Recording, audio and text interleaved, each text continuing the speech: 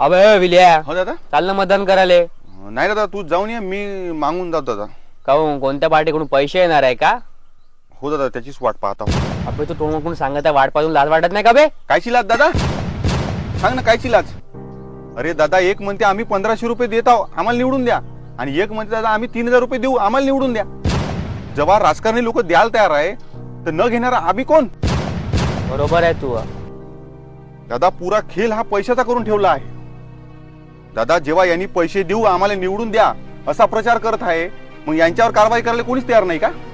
आणि माझ्यासारख्या सर्वसाधारण माणसानं पैसे घेतले तर आम्ही भ्रष्ट नालायक ठरतो. खरं आहे.